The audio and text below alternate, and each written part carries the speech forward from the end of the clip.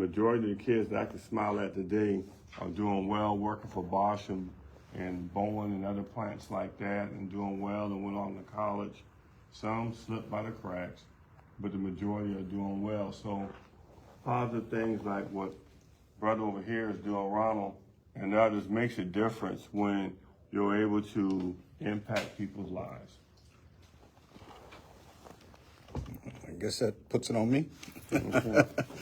I'm Pastor Dixon, and I've actually, in my last 24 years, worked with everybody that's sitting here, probably in a more intimate and more intricate way, probably than anybody else is sitting here.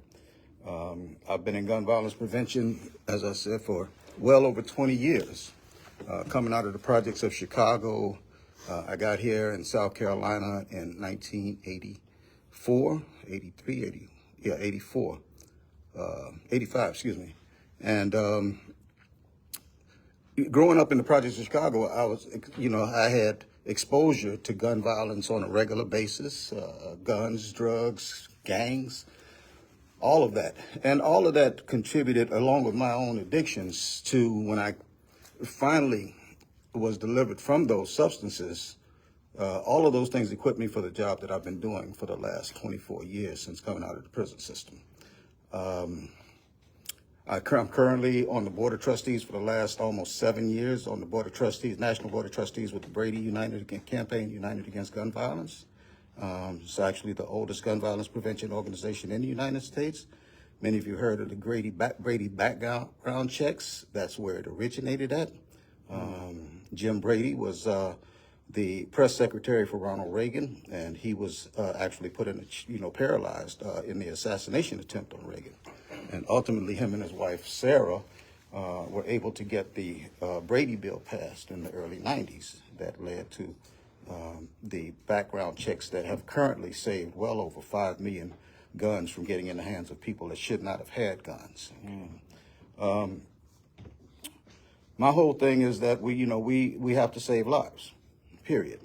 And we have a fight because we have to.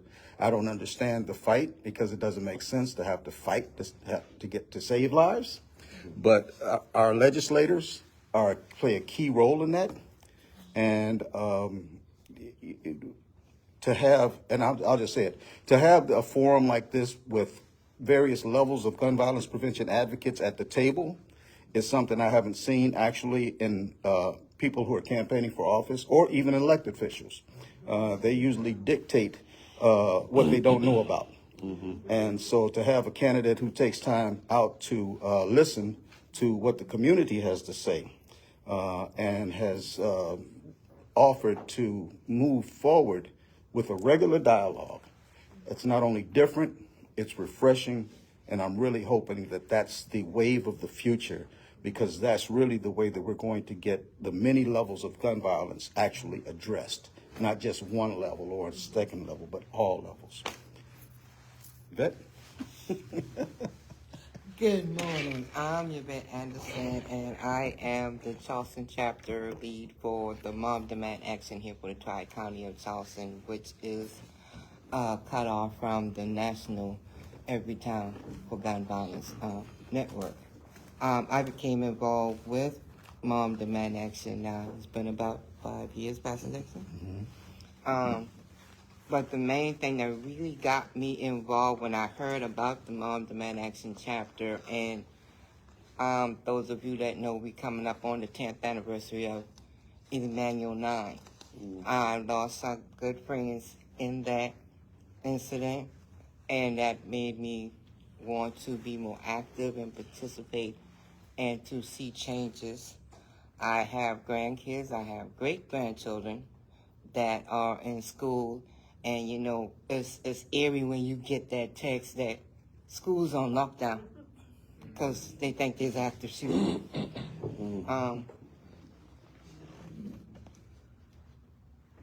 We have different levels of gun violence that we have to deal with the domestic violence, and I'm like Michelle. Yesterday really sent me into a tizzy yesterday, because when I got someone from my chapter that's here called me and said, "Have you seen the news?"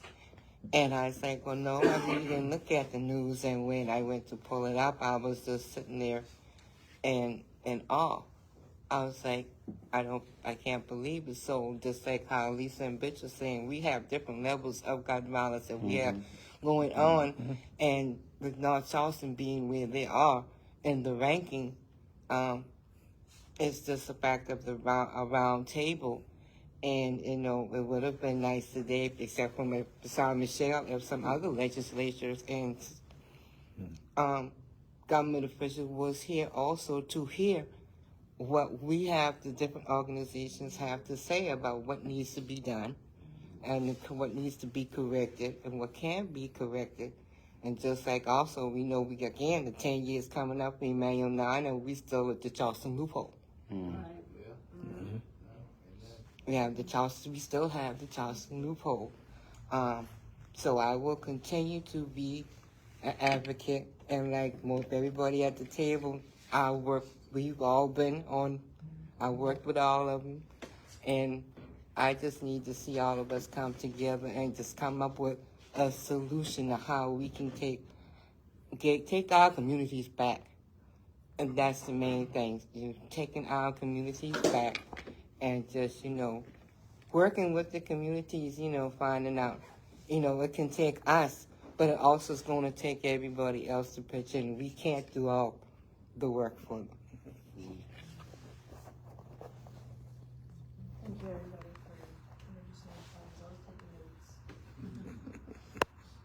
I did hear some solutions called out, but my first question is, how can we address the root causes of gun violence, such as poverty, inequality, maybe even mental health issues, domestic violence? I know this is a really broad question, but I personally, correct me if y'all feel differently, but I personally feel like, yes, let's change the Charleston loophole. Yes, let's, ban assault rifles if that's even possible in South Carolina. But I want to get to some of the root causes, and I'd be interested to hear from everyone how you think we can address that. I did hear green space mentioned. I heard education, early childhood intervention, middle school. I heard, more community forums. And yes, I wrote down the Charleston loophole as well. But I would love to hear any other ways that you think we can address the root causes. Yeah, I mentioned poverty and education is important. When you were talking, I was just thinking about education. I teach full-time high school. And I think even just educating people on like social, how elected officials work and how elections work and how people get into office and what power people have when they're in office. I think we're lacking in that. And so because of that, when people get into office, there's a neglect of the because there's a lot of education. You got Kevin on the school board. Kevin, man, we worked together in the past. We were advocating for the trade school, in the past, and that's a fact. We were fighting for that trade school, and I think Kevin has a strong idea of what elected officials can do. So he's a perfect example of how solutions can take place. Because the people elect an official, and then we need to see results. And that's how we help with poverty and education. Public school, public for a reason. Our tax dollars go to public schools, and it's not private schools. People always pushing for options and all that stuff, but we need to keep our public schools public, so that we can educate our kids. And then poverty, that comes into play because we need resources from our local governments come out. Like for example, North Charleston, when you go up Dorchester Road, it's cut off at a certain point. Dorchester and National Foster Road, north of that is good and invested in, and south of that is not invested in. Even Park Circle over here. At a certain point you can see palm trees, and at a certain point you can see no palm trees. Come on now. I mean, this is 2024. We see this stuff. When people feel like they're not being invested in, then you see gun violence. People have no hope. Yeah. Green space. You see no green space, no parks. We got a fence down the school avenue for the park. It's a giant 10-foot fence. It's more like a jail fence. Kids see that, right? Kids see that, yeah. And they live in that environment, right? So that's how they live. Yeah. So we want to treat them like animals, and we behave like animals. Yeah. And that's how we're treating them. That's what Jeff is saying, and I agree with that. Yeah. So when they have hope, it's we invest in our communities.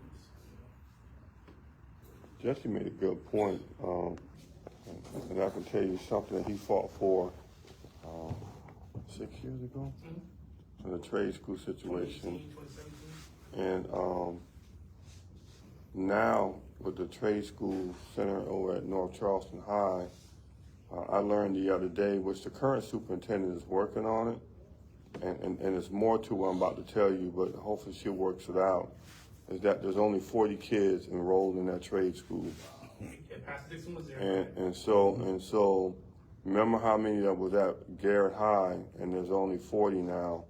And the curriculum, I remember you argued about the curriculum and the whole 9 yards. So the past superintendent didn't listen, and she made promises, and now that makes our kids suffer even more. But to go back on track to what you were talking about in gun violence, if we're not going to be, and we be realistically, we're not going to be able to save everyone, but the wholehearted effort is to save one or more and let it grow. And so if we're able to reach them now at an early stage, economics plays a big role in what happens in a life. If you would, and like I said before, I told Stunner I would set it up for him to bring the superintendent out for a meeting of some selected individuals. If you can look at the numbers of what goes on in the household within the school district, and then you can kind of see where the variation goes when it impacts lives. On the other hand, you also have that flip side where Ronald gets involved. He catches them after hours within the street. Somehow we have to marry this together and make sure that we're able to do mentoring within the school, and then do follow-up with home visits in the afternoon. Now, I said this to Morningside the other day when I visited their staff, and I had a great time. I did not know there were 13 different languages in the middle school now in North Charleston. I don't know if y'all know that. Portuguese, Hispanic, and Arabic, and a lot of others in Morningside Elementary. So now it's more like an international school. So I was explaining to one of the vice principals about following up in the afternoon. So you have to get the equation out of their mind that everything happens from 9 to 3, and then they're thinking automatic phone calls to the parents helps. The attendance rate in this district is horrific. So you got to figure out, one, partly is part Hispanic, majority is partly African Americans. So you got to figure out what's impacting that home. Pastor Dixon can probably equate to this a little bit more, too, is that we got to figure out what's going on in the home in the afternoons or during that time where they have to stay home, and whether it's job related, stress within the household. We have to battle that now to kind of turn that around. So that's just a little short version of that. I can talk about this all day long, but we have to start somewhere within that parameter and try to build for the future. Start young, continue on, and we have to invest that revenue into it, and then we got to show capital results. We're not going to save everybody, but if you have a 60% change, just like Morningside now, the academic rate is going up, and y'all really need to go look at that. And there's more to be done, but that chronic absenteeism plays a big part in that also. I have a question for you. You mentioned domestic violence. What are some things that you think we could do for children in elementary school, middle school that are experiencing domestic violence, witnessing it at home? Like, is there any way we could? Well, I think Mr. Hollinshead said, when he mentioned the fact that, you know, the wraparound service following up later on with these kids, when people go to the homes, and I think Pastor Dixon and Ronald have been in numerous homes of these children, you start to figure out what's going on. Department of Social Services needs to be more involved in this process. There need to be staffings where you're bringing in Department of Social Services and other agencies, because if they're not in there now, they're going to be in there eventually. And if we're bringing the agencies together and we're giving the resources and we're bringing people together, it's going to address the need. Because they're, you know, that domestic violence, you may not have it in your home, but that kid that's hearing it and witnessing it every night is gonna date your daughter, your granddaughter, or someone in your family eventually, and it's gonna knock on your door. And I think that if through Department of Social Services communicating with individuals in the school system, they'll be able to target those kids that need that DSS visit. And that things you may be able to change some things. I know that Ronald and Pastor Dixon have been doing things in family court. Papa Smurf and others have been going to some of the hearings that these individuals are having. So they know where, and I've had those conversations with Ronald about families that need some fixing. But they're limited if they're not able to connect with these agencies. So we need that director of Department of Social Services to be sitting at these tables. We need to talk to, and it's got to be collaboration of Democrats and Republicans to expand that division. Exactly. But then we need to do more with the grassroots organization. I want to build that up because we don't have that right now. We don't have the grassroots organizations that can come and intervene at that level to even get to DSS, because someone has to have a paper trail. And someone has to say, oh, Kevin is hanging out with so-and-so, missing school, this is going on in the environment. And then if you bring it to a caseworker at DSS, then they can be able to say, okay, well, this has been documented quite well, I can move on it. When they have to do the investigative work, do search and find, the whole 9 yards, and you got 200 cases, it does, right now it's just overloaded, that's all I'm saying. Yeah, and it might make it a little bit easier if they have these people located, but I agree with you.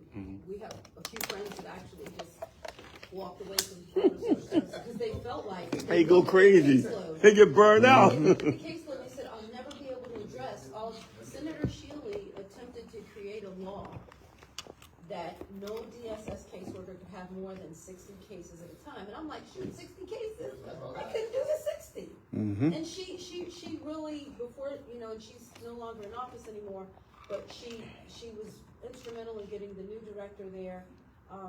It needs an overhaul. I can tell you about a human trafficking case that I'm battling with a little girl, and DSS just will not put the time into it. She said this little girl has text messages where the daddy's best friend is trying to go around the daddy to contract her for sex. And you think, You want my baseball bat? And well, you know, sometimes I get tempted. But you know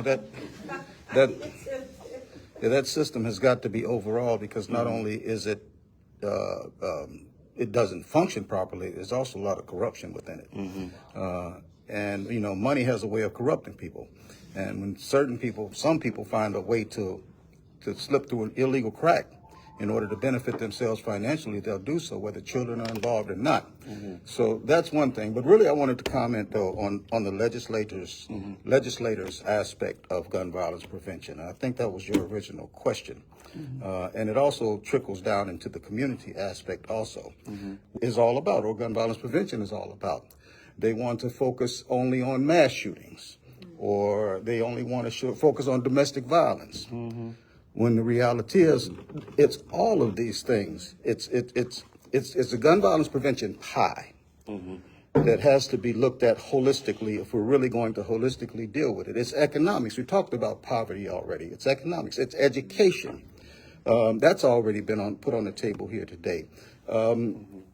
It's lack of family structures that has actually been created by the system that we live in, especially in urban communities. It's the fact that urban communities, gun violence in an urban community is a lot different than gun violence in other communities.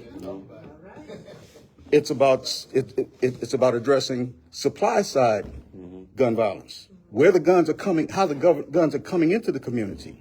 But for many seasons, for much of the time, and that's violence interrupters, violence interventionists, those who are on the ground actually doing the work. But we have a problem because in South Carolina in particular, many of the other northern states are more open-minded when it comes to gun violence prevention. They don't look at it as somebody trying to take a gun away. They look at it as somebody trying to save a life. And here in South Carolina, it's all about, oh, you're trying to take our guns away. No, nobody's trying to take anyone's guns away. Guns in the hands of those who should have guns, put your gun on them. Others here are legal gun owners. Nobody is trying to take anyone's guns away, but we're trying our best, just like with the Brady background checks for the last nearly 30 years. Those checks, well, for 30 years, those checks have kept 5 million guns out of the hands of people who should not have had a gun. How does that translate into life saving? I don't have that number, but I'm quite sure there were some lives saved in it. If we look yesterday, Yeah, and go ahead, but I just want to come back to your Brady background check when you finish. if we look yesterday at the domestic violence murder that happened here in North Charleston yesterday, 4 dead, including the shooter who committed suicide with a military assault style weapon. Now, two things. If that gun was purchased legally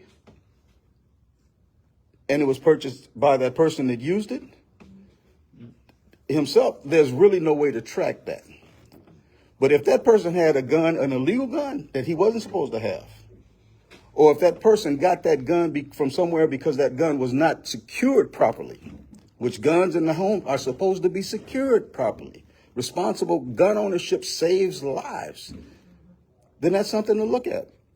And we need to take those things into stock. There's so many areas of this pie. In closing, okay, for our legislators here in South Carolina, I'd really like to know where the monies that was allotted 2 years ago through the Safer Communities Act, where that money is in South Carolina. I'd like to know who got the money, who didn't get the money, how much of the money is still left over, and why it is that groups like Positive Vibes, Take It to the Streets, Palmetto Hope Project, or others have had don't know how to access that money. That money billions were allotted through Washington, D.C. to South Carolina.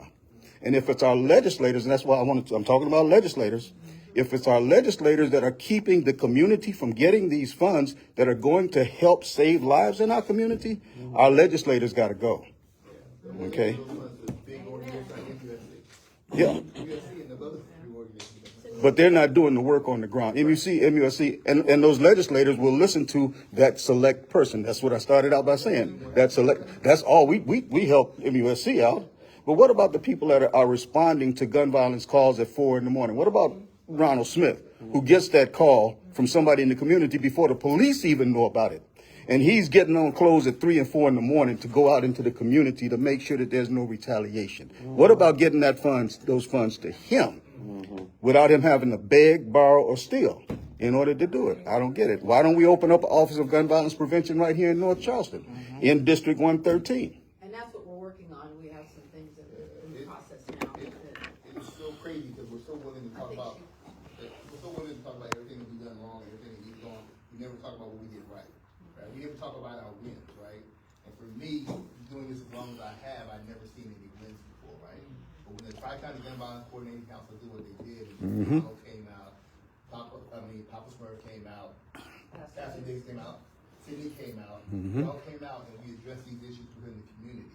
What was interesting to me was what legislative body was there, right? Let's talk about that. What legislative body was there to hear from the community, right? But then you gotta realize what the community asked for. The majority of the questions that the community asked for, a lot of it came to pass. A lot of it actually happened. And that's never happened before. We have legislation that came out of what we did. And to me, that's a win-win. We have like a Lock It Up campaign that's going on in our communities now. That came out of that form. Right? So that's another win. So as long as I've been doing this, I haven't seen very many wins in this fight, right? But we have a bill, right, that came out of this, what we did, right? So, and I salute not our organization, but all of the organizations Oh. that came together, Mhm. community effort, right? Mhm. And everybody who didn't know everybody saw what was going on. And I believe our politicians paid attention, right? And just like you said, whether they were there or not, I believe they knew what was happening.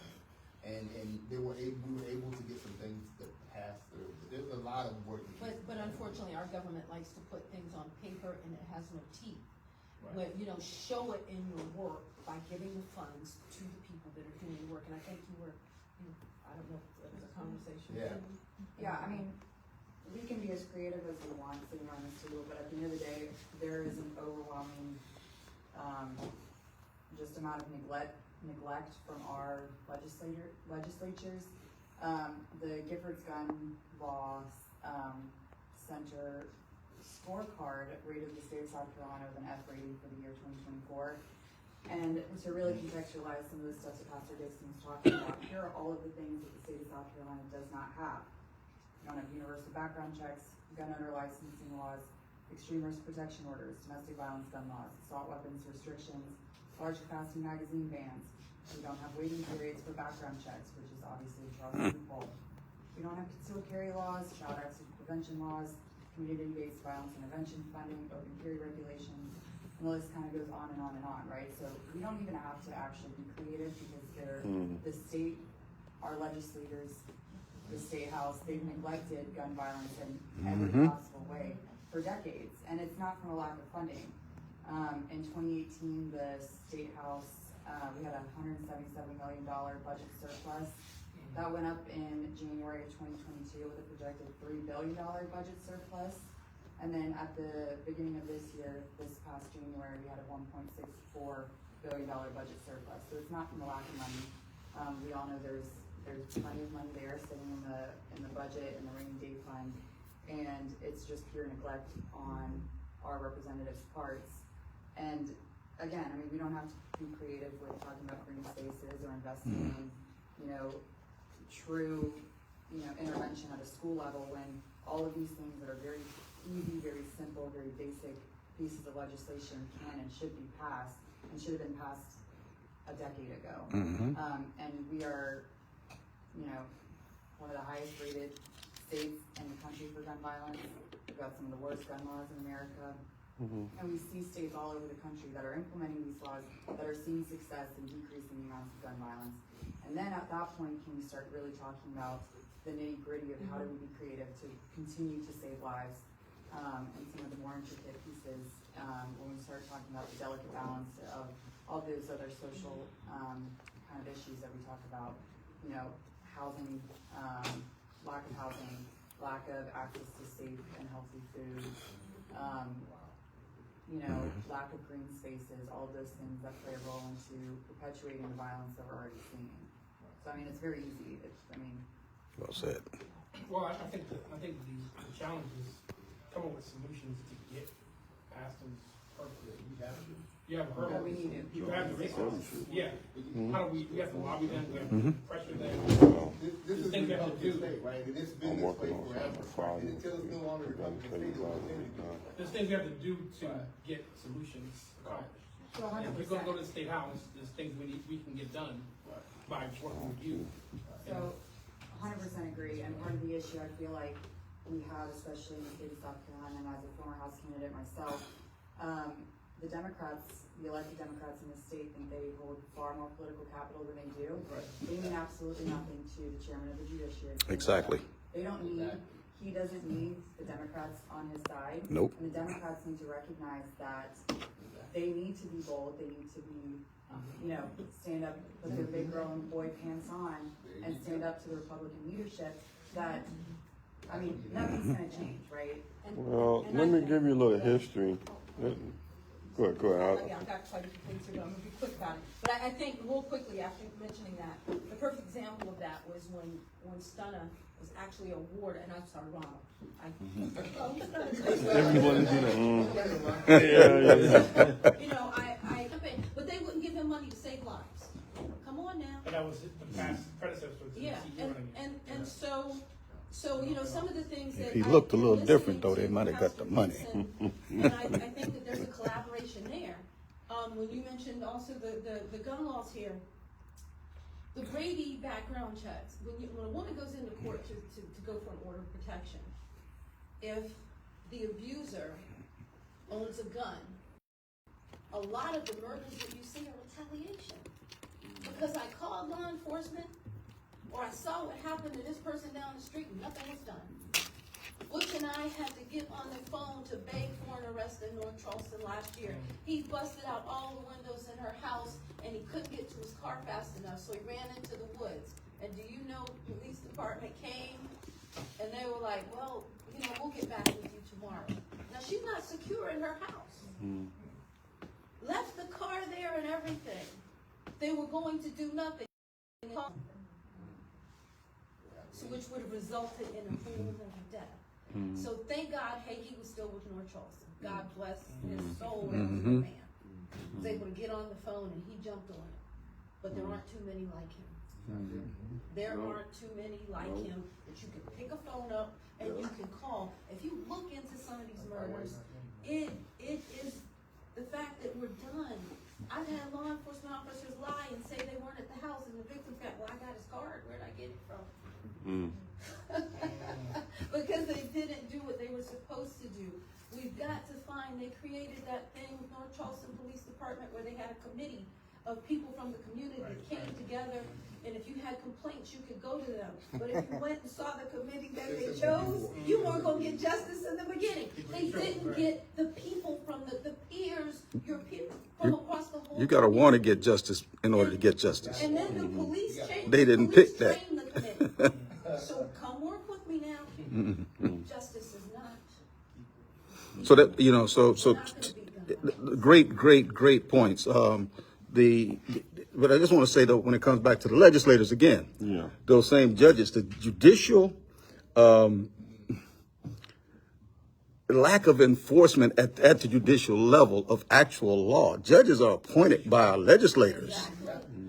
And our legislators should be the same ones that hold them accountable for doing their job. That's what I was trying to say. Do your job. You don't have it's not an opinion thing, it's the law. You either follow the law or we get rid of you. But that's legislators. And of course, as long as we have legislators predominantly in our South Carolina General Assembly who are Lawyers. no, that too, that too, but they're more bent on pandering to their own base than actually upholding the law, then we're going to continue to have that. We need some bold legislators to get in there, and I don't care which side of the aisle you're on. We need some bold legislators to get in there and say, no, we're not going to have this anymore. It's time for a change. This good old boy system ain't working for everybody. It's only working for the good old boys. That's why they call it that, you know, but they should be held accountable. These judges should be held accountable by those who appoint them, or else they should be removed. And if we are ones that are appointing the legislators and they're not doing what we need done, they need to be removed also. We didn't have back then. Different issues of events, current events went around, happened, and the dynamics of the legislation changed. Now, coming forward, I tell you my philosophy. I'm just giving it to you in black and white. Democrats got to decide what they want to do as far as effectively legislating for the people. I can tell you what I've seen. The most powerful Democrat in the state right now in the Senate is Senator Darrell Jackson. I sat with him this past summer, and we crafted a measurement to get Voorhees College now to become a charter district. And we're working on state funding for Voorhees to launch their own education initiative. We did that quietly, and we got it moving. So we did it to help the institution. I made the news a couple of times, and the white charter school districts got all upset, but you let that.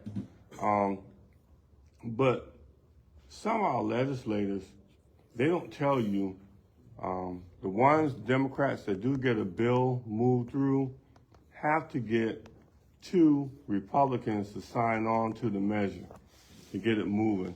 Now, lately, someone has been teaching me by looking up that some of the nonprofits around here have been getting money and an enormous amount of money coming from the state, and I'm scratching my head wondering what they're doing with it. So what happens is there's a relationship there between, don't let nobody fool you, between them. The Republicans use them to get a measurement through, and they use a Republican to get a measurement through. We